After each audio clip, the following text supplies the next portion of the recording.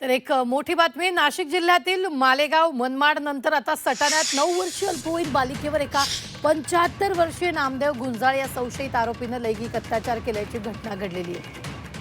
तालुक्यात संतापाची लाट पसरली आहे। माणुसकीला काळीमा फासणारी ही घटना समजतात नागरिकांनी मोठ्या प्रमाणावर सटाणा पोलीस ठाण्यात गर्दी केली असून सदर अल्पवयीन बालिकेला गेल्या 6 महिन्यापासून अत्याचाराला सामोरं जावं लागत होतं।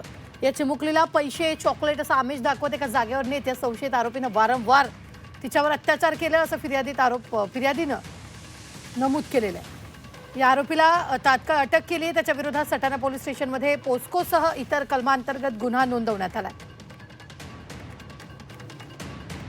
फिर्यादीची पीडित मुलगी वय 9 वर्ष हीच आरोपीने 6 महिन्यापासून सलग तिला चॉकलेटचे आणि खेळायला घेऊन जाण्याचे आमिष दाखवून तिला वारंवार तिच्या शरीरावर कपडे काढून किंवा शरीरावर स्पर्श करून तिचा एक प्रकारे अत्याचार केलेला आहे।